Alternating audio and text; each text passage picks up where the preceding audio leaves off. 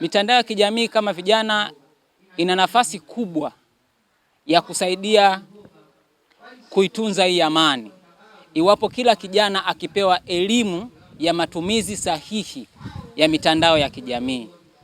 Tulio wengi hatuna elimu sahihi ni kwa namna gani tunaweza tukaitumia mitandao ya kijamii kwa ajili ya kutunza amani.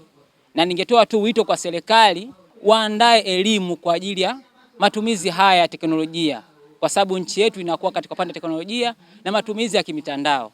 Basi serikali iamue tu kuwasaidia vijana, kuwafundisha matumizi sahihi ya kutunza amani kupitia hii teknolojia na kutumia mitandao yetu ya kijamii pia. Kiukweli amani ni muhimu na walio wengi wanafahamu umuhimu wa amani, kwa sababu kila kizuri kinafanyika kwenye amani. Elimu tunaoipata, michezo tunaocheza, kila kitu tunachokifanya kinafanyika sehemu yenye amani.